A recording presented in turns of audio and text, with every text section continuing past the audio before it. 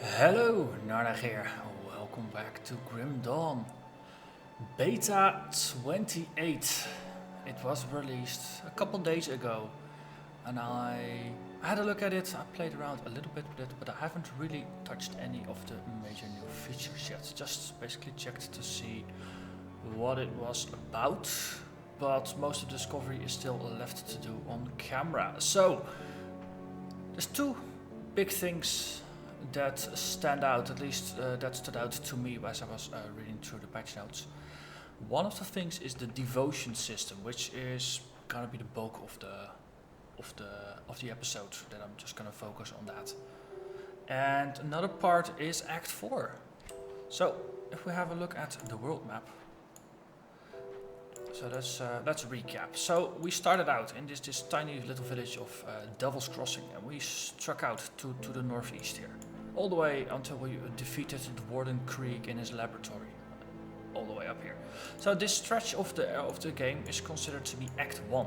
The game doesn't really make big amount of noise of it. You don't really know where you are, but that's considered to be Act 1 of the storyline. So afterwards we struck out to the west, to the desert with all the cowboys and Darius Cronley who ruled it with an iron fist. And last time we arrived in the village of Homestead. Well, actually somewhere between, I think around here. So the moment you enter Deadman's Gold or Prospector's Trail, somewhere in between is where you cross over from Act 1 or from Act 2 into Act 3. So Homestead is basically the central city of Act 3. So that's where the next part of the storyline is gonna be set. So from Homestead we got the infested farms, then we move on here, Surus Bastion, we got the Blood Grove, we got the Darkvale Gate, and the Esterkarn Road and the Esterkarn Valley. And then we make it to Fort Icon. And I think Fort Icon is roughly where Act 4 starts. And Act 4 is something that I think a little bit was in there before, but they've added a bunch of content to Act 4 with Beta 28. And currently there's a bunch of content over here, the Gates of the Necropolis and the Tomb of the Watchers, and there's a Bastion of Chaos. And if I have a look at it, there's quite some space over here. Quite some space over there. There's a bunch of mountains around. So there is still the potential for more things to be added to Act 4. I'm not quite sure if they're done yet or if more is going to be added, but if Act 4 starts at Fort Icon and Act 4 is going to be as long as the other ones, if I'm making that assumption, then it's likely that more content is probably going to be added. So that's and if you look further on the map, well, there's potential for more things to happen over here. There's a whole bunch of map.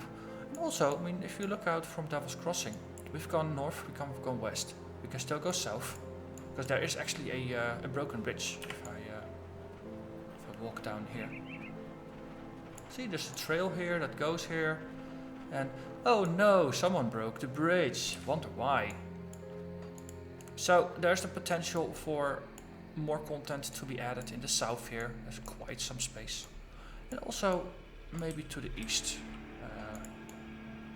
If you look on the map, but with the mountains and things, there is still space for more content to be added. Even though they'd have to rearrange this a little bit to make a portal or a gate or something. So Act 4 is in the game with more content, and there is potential for a lot of fun stuff to happen over there. And the next thing is the devotion system. So let's open up the skill window for now. So I started out by picking Shaman as my main class. That's how we leveled until level 10. Then we unlocked the Occultist. And now I'm basically just mixing the two classes. I pick the pets from everything. I have the totem and a melee attack. And that's how I'm currently building my character. In addition to that, they just added the devotion system, which is a completely different beast. So if I scroll out, there are constellations in here. There's a lot of options. I think there's over 300 different skills in these constellations. And basically what you do as you play the game, you unlock skill points, and how we're gonna do that I'll get into in a bit. But the idea is that you start in the center here, so these are the crossroads, and then we are supposed to pick something. So here we pick something and we get 15 defensive ability, or here we get 5% extra health, or 15 offensive, or 15 offensive, or 5% health. So there are some choices that you can make, and these have constellation bonuses which have a color dependency, and they are different colors which come across with these things. For example, the ascendant is the quantity of ascendant affinity you have harnessed. Ascendant beings have risen to godlike status through immense feats or reverence from their lessers. So if you zoom out, you see there's a bunch of constellations, which is notes like the star signs in the sky at night. If you have a lot of imagination, then from a couple of dots you can imagine entire pictures. And that's exactly what they've done. So there are a whole bunch of things that are associated with the ascendant. So presumably if you get ascendant points, those are constellations you can specialize yourself in. For example, there's this looks like the Eye of Sauron. So, Eye of the Guardian. Okay, fine. Sauron is a guardian. So there's 2 points on the outside here, they're called Eye of the Guardian. There's more Eyes of the Guardian. They 20% poison damage, you get 10% chaos damage and more poison damage. And in the center there's the Guardian's Gaze. It has a 15% chance to trigger on attack, and a peerless eye of the Great Guardian circles around you. And it has experience, 0 out of 30,000. And at level 1 it has a half a second skill recharge. It has a 100% chance to pass through enemies. It has a small splash radius. It does 18% of your weapon damage, and it also does a bunch of chaos and poison damage on top. So all the percentage damage bonuses that are swirling around it, they directly benefit this skill point. And from what I understand, and what we're going to find out in this episode, I hope, is that you can actually apply this to one of your active skills. So for example, my melee attack, if I were to apply the Guardian's Gaze to my melee attack, then every time I perform a melee attack, it has a 15% chance to trigger Guardian's Gaze, provided all the skill all the recharge times and things like that. And as I use the skill, this skill will actually gain experience and it will level up along with me. So, and I think in this case, if you complete this constellation here of 5 points, then you get some more affinity. So you get some purple affinity and some green affinity. And before you can put points in, you need to have some green affinity as a requirement. So let's have a look at the other ones. So we've got Chaos. That's more the western part of the map. Chaotic beings crave entropy and destruction above all else. So presumably if you want to destroy things, that's where we want to go. This is if you want to be godlike. Let's see, green, Eldritch. So there's a bit of an overlap. That's also, I mean, for example, if you look at this dragon here, I mean, it has chaos and it has Eldritch. Let's see, Eldritch beings represent the wild forces of magic and the metaphysical realms beyond the veil. So that's all supernatural things. Then we got Order. Beings of order cherish harmony and balance in all things. And then finally we got Primordial. Primordial beings embody the powers of creation, life, death, and reality itself. Well, me being a summoner kind of aligns me with creating life. This is pretty brutal looking revenant over here. And there's if you look at the star signs, then there is a slightly brighter star in this constellation that comes across with the core star, so to say, of the constellation. Raise the dead, 25% chance on enemy death. Raise the dead to serve you. Necrotic energies required for this ritual are very unstable, however, and the undead minions will only exist for a limited time. So that's pretty cool, right? Every time we kill someone, we have a 25% chance to resurrect a skeleton for 10 seconds. And it has a chance to trigger every 2 seconds, because there's a 2-second recharge. So if we're just mowing down, happily killing entire groups of enemies, we will actually just summon a small army of skeletons around us. And as well, this we can level it up and see what happens. So this is pretty cool. So, how do you get those points, you might wonder? Because no occultist and shaman points, you just get skill points every time you level up. But with the devotion, as the name implies, devotion, it has some mystical / religious connotations. We need to find shrines and devote ourselves to one or more of these 5 what are they called? Affinities. And the way we do that is we find out shrines. And basically the entire game is going to be filled with shrines. Act 1, so that's this entire stretch day, it contains 8 shrines so far. I mean, I looked up on the forums, and someone on the forums, and Ninetrix, I'll provide a link to that thread in the descriptions. They've already done a very good job of just compiling a list of where shrines can be found. And so far 8 shrines have been found in Act 1, 7 in Act 2, and Act 3 I haven't looked at because I'm still playing that. But because I already finished Act 1 and Act 2, I figured let's look at the spoilers and get the points, because if I would have encountered all those shrines while playing in the last 20 episodes, then I would have gotten the points already. So I don't consider it cheating, so to say, to look up things where I've already been. And the nice thing is, the Burial Hill, that's the site where in episode 1 we defeated our very first boss, where we had to go to prove our worth. That's actually the site of the very first shrine in the game. Also going back here, a couple of episodes ago I was musing about auto-leveling enemies, and I was sharing the experience that later in Act 1 I did a couple of bounties there, and I encountered enemies that were about level 30, which was around my level. So I took the conclusion that everywhere in the game monsters just level with you. But that's actually not entirely correct, because if you look here, for example, a lot of these monsters are level 7, level 6, and I've seen some level 8s. I mean, these are level 8. So it seems like that monsters have a level range that they can be in, like a minimum level and a maximum level. And as long as you are within that range, they will more or less be around your level. If you out-level them too far, then they're just going to be lower level. But if you skip ahead and move into content that you haven't actually, that you aren't ready for yet, then you will be facing enemies that are much higher level than you are. So that's a correction I have to make, and there actually is a benefit in going back to earlier areas and leveling up a little bit to get some experience, to get some new gear, so that you can move into an area with more power.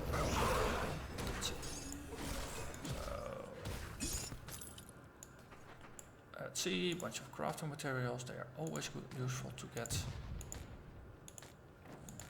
We are almost there, please bear with me. Okay, we'll move over here. We defeat the 2 crystal things. And then here we have a ruined shrine. So that's the thing. Look around it for a bit. See, it's this thing. This is a shrine. And if you look on the minimap, you'll see a small icon. Let's see on the map, it's a bit bigger here. So this is a ruined shrine. And this is, I've already walked up here just to see and find it, but I actually haven't touched it yet. So that's what we're going to do now. Let's see what a ruined shrine does. Okay, so this shrine is ruined and needs to be restored. Are you sure you want to place this offering? So it looks like there are 3 slots that could potentially contain an offer, and we only need to provide 1, and that's an ether crystal. Well, luckily I'm drowning in ether crystals. So here, you can have one. Well, not all of them, but it'll take long. It's gonna be nice. Boom. We restored it. And we got some gear, loot, and we got 1 single devotion point. And then and if we click on it, it has already been restored. So this is not a renewable resource, it seems. It's just a one-off. And restoring it, it also gives some crafting materials, so that's always a good thing. And from what I understand, later shrines will require more items of you, including some of these socketable crafting items. So it's a good thing to have some of these, and you might have to look for the materials if you don't have them just yet. So let's have a look. Devotion system. So we have points unlocked, points available. So we've got 1 out of 50 points unlocked, and we got 1 available. Okay. And we can just click on a point on the constellation to basically get our first affinity point. Because that's a lot of these constellations, they require us to have one affinity point with one of the affinities. And this way we can pick. So let's do a double check. I mean, primordial. I mean, there's revenant, summoning skeletons. I'm a summoner. That fits. So that's something that seems pretty useful. There's a bear here. Maul your foes with the might of a dire bear. Let's see. This is some form of healing magic. Bull rush. Blades of Wrath. So there's Assassin's Mark, a turtle. When threatened, a protective barrier forms around you, negating further harm. So that's very good if you're more of a tanky build, or especially if you're playing hardcore. Ooh. It kicks in once every minute. But if you have a low health, then you get a 250 point damage absorbed. That will level with you, so that's pretty good. Tip the scales. 20% chance when hit, and then you start leeching life, which is pretty cool. Let's see, this seems to be just a small one. It doesn't actually have a central shining star. Nor does this one. This one does a tsunami. 15% chance on attack. Torrent of water crashes down upon any foes unfortunate enough to be standing in front of you.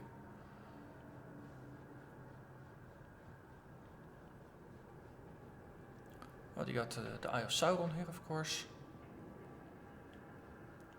Shepherd's Call. Hey, bonus to all pets. Call upon your minions to join you in battle. So that's a 10-second boost for all pets that gives them 40% extra total damage and 8% crit damage. And it kicks in once every 30 seconds. That's potentially useful as well. And it's 1, 2, 3, 4, 5 pieces in the constellation. I have an anvil here. We've got an eagle. A cast of celestial falcons swoops down upon your foes. It seems to be more of just a single attack rather than a summons.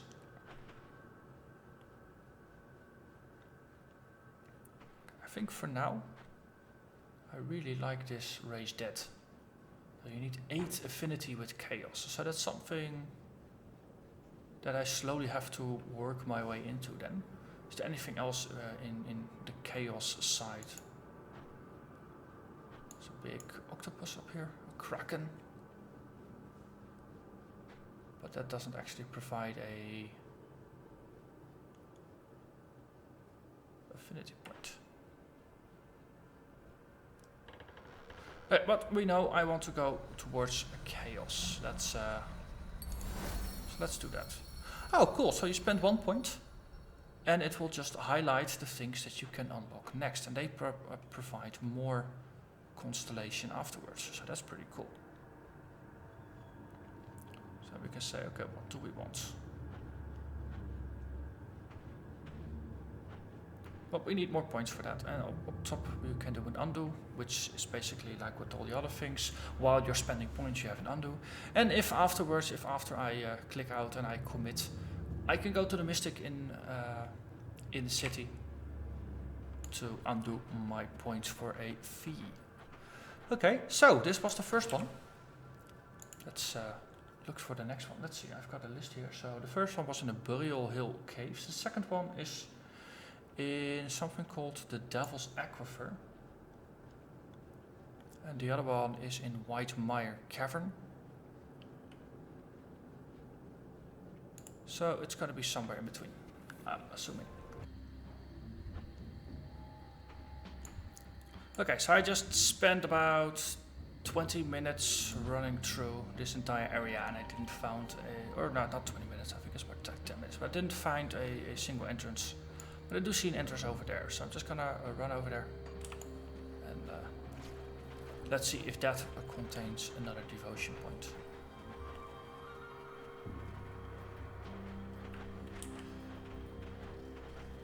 Let's see if this is a bit more productive. But seems like I did find the important caves already. Just needed to use my eyes better to actually see what I found so far. So here we have a cave entrance. And yes, we've been here already. And there is a desecrated shrine down there. So let's have a look. Desecrated shrine. That's not a ruined shrine, it's desecrated. So this might be one of the other types. I mean, the ruined shrines, we just have to sacrifice some items to restore them. Well, with desecrated shrines, I believe the idea is that there's actually a monster guarding it, because he's desecrating it. And we need to defeat the monster in order to set the shrine free, so to say. And given that there's just a whole bunch of Naga over here, I think that's actually where the Naga Golem was. So that's pretty fitting. And it ties in nicely with the story as well. I mean, for I think there is a side quest. It's actually a main quest, I think. To go here to purify the water. No, wait. Oh, at least there's something here. A quest that sends you here. So you'll just find it. Desecrated shrine. Click. The shrine is corrupted and needs to be cleansed. Summon what is trapped within. Well, these are level appropriate, so they are just level 12. And boom! We cleared it. And we get yet another devotion point. So that's 2 devotion points in the bag. So if we want to work our way up towards this Reaper, we need to gain a lot of chaos points. So let's see.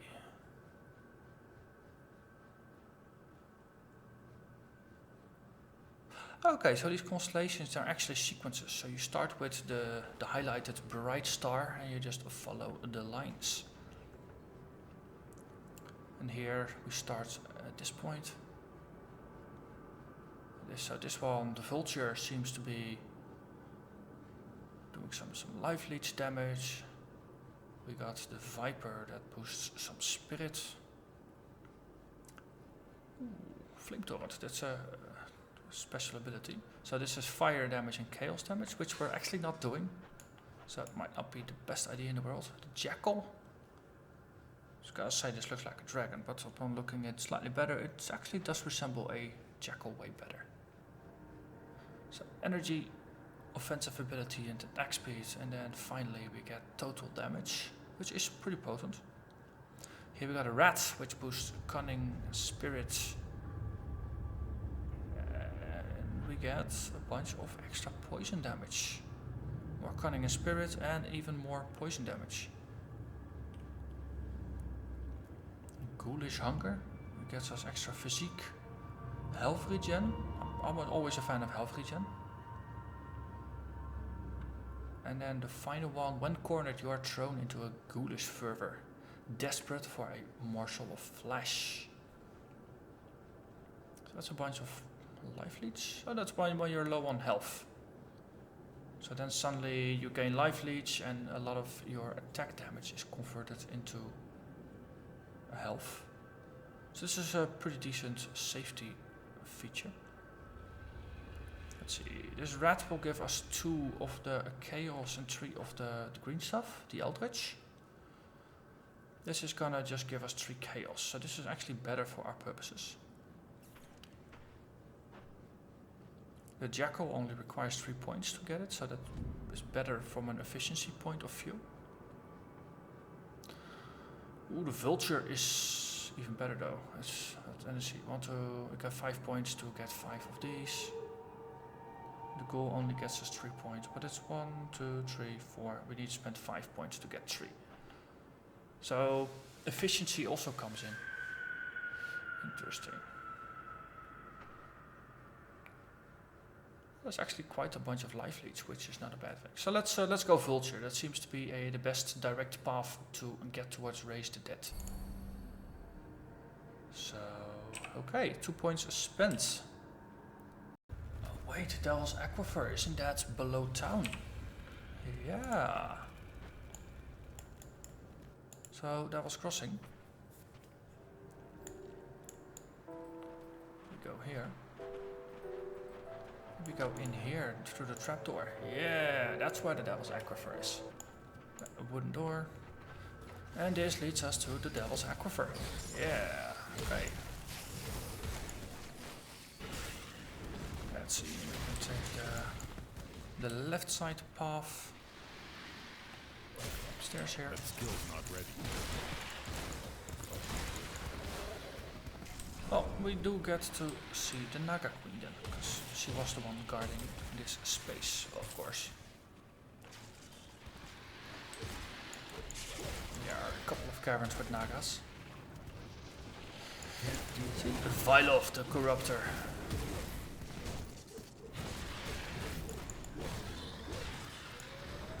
And we get grand spoils, which I'm sure is very fine. Well, yeah, Ruined Shrine. So, what do you want? Another ether crystal. That's fine, I'm drowning in the stuff. And we get another devotion point and a bunch of white items.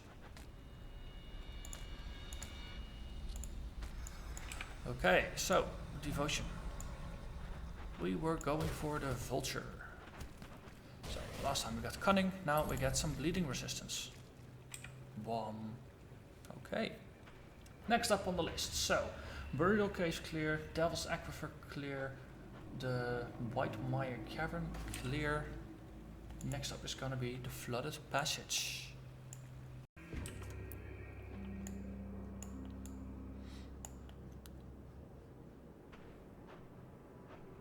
I believe it was somewhere in the end here. Checking out the map, that is. Detonation site. Well, okay, let's do some more walking. We can go over here.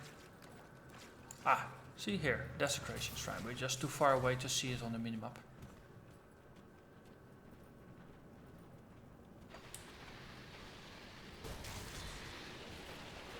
Here, shriney, shriney, shrine. Okay, start. We get some Flash Warp Thrashers, which are actually part of the quest that you need to do in this area. So killing them will help you with the quest. So that's a nice bit of synergy. And we get more points. Yay. And Death's Round Ointment. Marrow Band. Hey. Someone actually dropped an epic item. Bit of a waste since it's a lower level epic. But I'm not gonna complain too much about free loot. Right, let's spend another point. So points unlocked 4. That's going pretty good already. Okay, so from here on out I can actually choose which of the points to go for. So do we want 50% life leech damage? Do we actually want some life leech and some life leech resistance, or do we just want more cunning? Well, let's go for this one. And let's see if I can actually see what I'm doing with the damage so far. Yeah, because here on my savagery attack you see 16 points of life leech. And it's over 2 seconds, so this is 15 per second. So That seems pretty legit so far. Okay, next up, we did the flooded passage. Then next up is going to be the burial cave on the Burbage outskirts. Okay, so let's get back upstairs.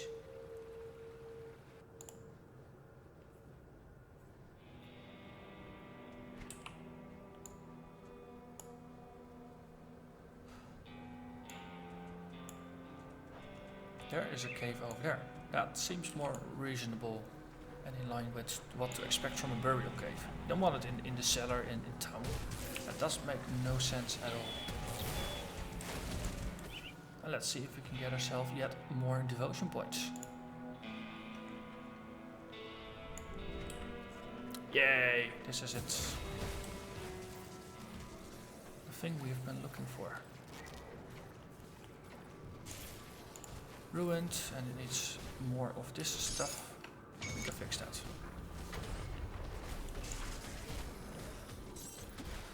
Oh, we got an explorer's cover, so that's an epic item. Okay, next up, Burbage Estates. It's themselves.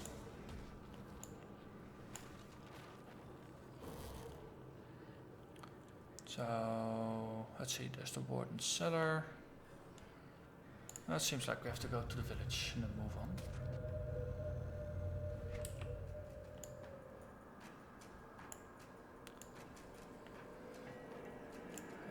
Let's see, Burbage Estates. Let's actually have a quick look on the map here.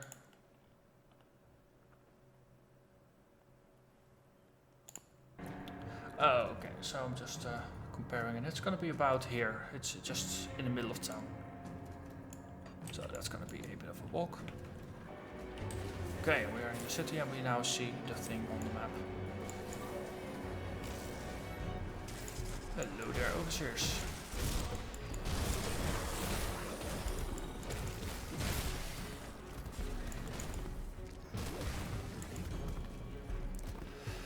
Desecrated shrine. Let's see what it can throw against us. And it's just a couple of golden soldiers. Nothing really to worry about. But yet another Fleshwarp treasure. So once again, this is going to help with the quest in this area to kill the Fleshwarp mutants. And it's been cleansed. And we get yet another point, which we can devote to, let's see, more cunning or more life leech damage. Let's do life leech damage. So it used to be 20 or so points, I think, on our savagery. Now it's 25. So it's been boosted, which is good. Well, it was 16 and now it's 25, so it's actually been pretty strongly boosted. So let's see, next up, underground transit.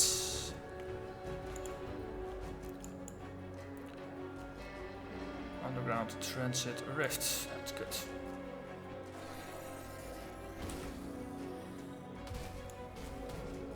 Okay, so this is pretty big. Consult the map again.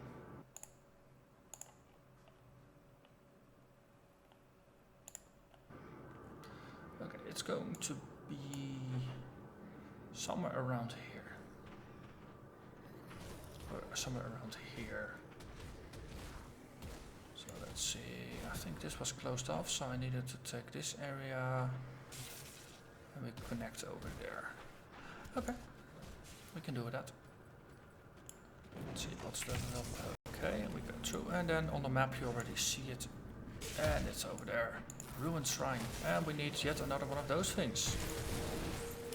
Eats a shard. I'm fine. Those are pretty plentiful. A Devil's Grin. What's the Devil's Grin? It's an epic offhand. +1 to all skills in Occultist. Wow, that's pretty cool. So if I were not playing a shaman wielding a big two-handed stick, I would be very happy now, because 2 of my pets would have gotten a +1 on all skills. And that's both for the summon bit and for all their abilities and passives. Oh, we have yet another point. Actually, we have 2 points to spend. I completely forgot to allocate a point somewhere. So we now have 6 affinity with chaos. So we need 8 points to get in here. So we just want a quick one. So the jackal is pretty quick. It's only 3 points that we require. The viper is 4 points. This is energy leech and energy absorption from a shield, from spells. It's a debuff on elemental resistances on enemies.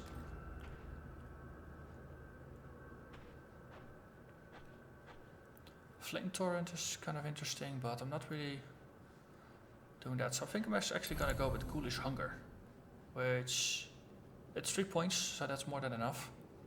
And it's more life leech, so then the combination of vulture and the ghoul is definitely gonna be pretty potent in terms of survivability boosting. If we now have a look at my damage, I still do 25 points of life leech, and that's because this one boosted physique. Then health regen, okay. It's only in the end that I get a boost to life leech, and that's only on low health, so this is a panic thing, that was it. That's why I didn't go for it initially. Because one is more for sustained things and the other one is more for panic. Okay, so next up, final one actually, I believe. Crags.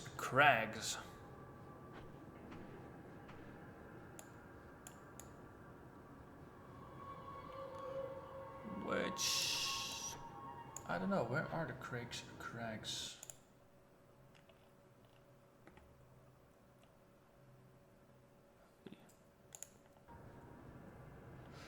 Okay, they seem to be some sort of side area to something. Let's see, flooded passage. This might have to do something with the East March. Okay, here's a local map. I just do a more direct comparison of how things look on the map.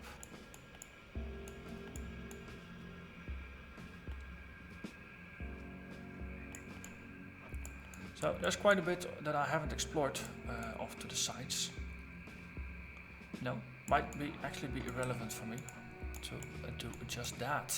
Because there might be a whole bunch over here that I just haven't gone to.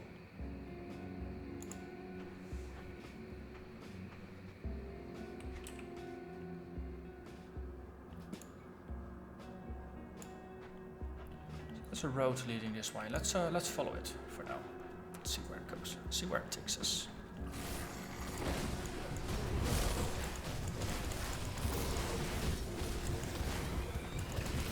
I mean, we're practically immortal versus these enemies, so it's not like there's a lot of danger involved in exploring new bits of the map. So last time I went through here, I pushed pretty aggressively for just going for objectives and things like that. Apparently there's more out here. Burbage Bridge repair site. Let's see. This one's connected to the East March and you need dynamite to clear it. Yes. So this is exactly what I need. So the East March is a bit that is still left unexplored and I need to pick up some dynamite in Act 2 to actually get to it. So let's go to leave that where it is. Let's explore some nooks and crannies here. Oh, interesting.